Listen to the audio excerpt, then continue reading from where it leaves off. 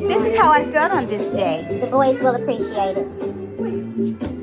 If you're going to drown them in some type of food, why not let it be fruit?